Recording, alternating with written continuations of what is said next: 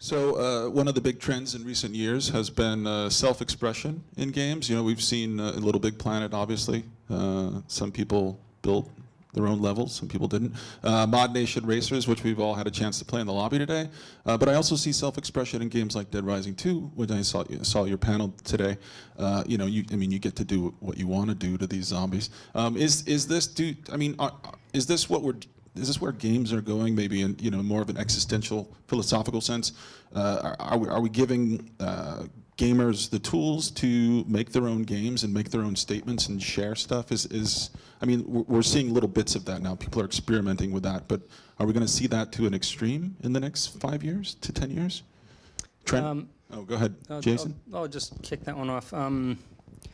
Self-expression obviously is one of the biggest trends in gaming right now, and it's always been there. There's always been RPGs where it's about creating your character and sort of growing him and making it about your style. DR, like you said earlier, is very much about playing it your way and playing it the strategy that appeals to your sensibilities. The kind of joke for the last few years has been be unique like everyone else, and it's just jumping in and the customization like we see in Mod Nation Racers out there. That's cool. People are really into it right now, and I don't see that trend going away for a while. Trent? Yeah, for the stuff that we've got sort of in our publishing pipeline right now for iPhone, the customization and personalization of the apps and the characters and the people and the objects and stuff that you play in the game are a huge focus for us in terms of revenue generation, and it's critical. We're going to be selling people 99-cent upgrades to have their own car in their racing games and stuff like that, and I think it's a huge, huge part. That's one thing that people will happily give you the money for. I'll say I'm totally into me, so I like making things a bit more mine and custom, and at other times I just want to consume what I'm given. You know, a movie's just something you sit back and experience. In many games it's great just to experience it, not have to go in and do a little extra work. Skate was the thing. Yeah, you created your character, and that was a big deal. Of course, as a skater, I was trying to create myself and put myself in there, and look, that's me doing awesome things, and I'm going to make a video and show my friends. And because, yeah, people are kind of into themselves, and it's nice to let them journey down that road as far as they want to go. But sometimes you don't want to. So it'll always be some sort of balance of, are you telling a story, or are you letting people play with the toy? Josh, I feel like you have something. Yeah, I tried playing Farmville, and I don't know, it's like at first I thought it was like really cool, and then it was like, it felt like a job, you know, and I actually, like, it totally turned me off. So I love the idea of creative expression, but I'm also like a really lazy gamer, so I like to also be told where I need to go, just so that there's a narrative that moves along. But I totally want to just do it my own way. I like that aspect of it, but the idea of like completely free reign and you have to like make your own game constantly, I don't know. I'd have to be in the mood for it, because I just want to kick back and just zone out sometimes. Yeah, I kind of feel the same way. I wonder sometimes if it's generational, because you know, I'm an older dude. I'm in my 20s now. And 22. Yeah, and you know, I don't feel like making my own game. I want to. To go echo Jay's statement. I want to consume something. I want to sit down. I want to be told a story, and that's something I think about with games. You know, are they here to tell stories anymore? Are they diversions? You know, one thing that just 1 second, Dave. One thing that I was talking to a colleague of mine earlier today, and we were talking about the fact that so few games have third acts. Nobody really bothers to give a game a third act. Even the great BioShock had a crappy third act. But what is the ultimate goal? What you know? You think about things like Modern Warfare 2's multiplayer, and so many people are playing that. What is the ultimate takeaway from a gaming experience these days? Do you still have something, Dave? Well, I can still talk to that. Yeah. Okay. For us, the ultimate experience obviously is just to let for Saints Row, the franchise, it is about the player making their own experience, and like the way we like to think about it is it's create your own game light, because you're able to make your own character. And in Saints Row, the story overall is very serious. I mean, you have mercy killings, executions, people getting buried alive, that sort of thing.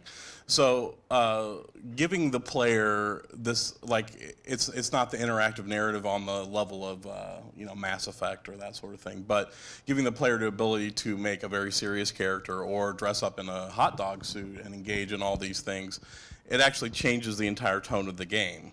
So, I mean, that may not exactly address what you were saying, but I guess the point is you know, giving the players the freedom to create their own experiences, but not let it be drudgery. I mean, the Mod Nations Racer, like that really spoke to me on a lot of levels, because they did a lot of things like, you know, with the auto-populate and stuff. Like, I was like, oh, that really sounds like it might actually be fun to create my own content, not a job that I'm already doing.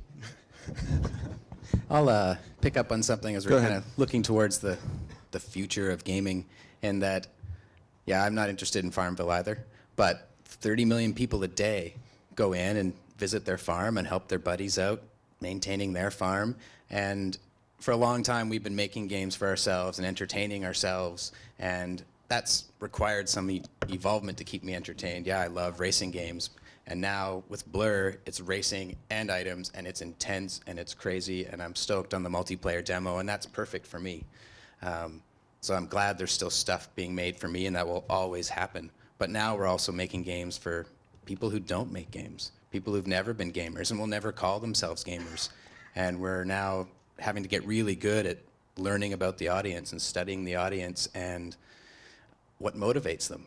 People are motivated by their little farms, and if that's the game you're working on, you better study those people and appreciate why they love their farms, even if you don't. So it's really it's that going in many different directions, and it's not about us as much anymore, because the opportunities are much broader. We do sort of see some, you know, traditional hardcore genres like the JRPG. They seem to be dying a little bit.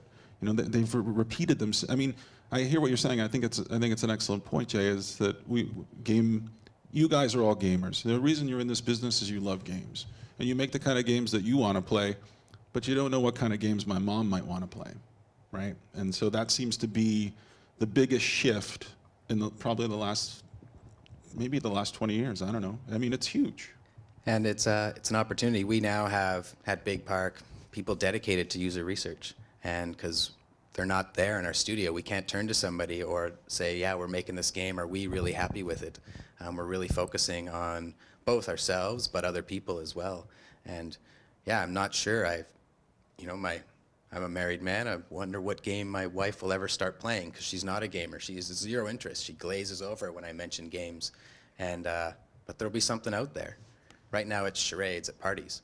But something out there will get her into digital gaming. I just don't know what it is yet, and what will get your mom into it. Yeah, it does seem like everyone has that gaming moment now. You know, people that you wouldn't even expect. I mean, and you're right. Your wife is going to have it at some point. But what's it going to be? What's the point at which games become interesting to her?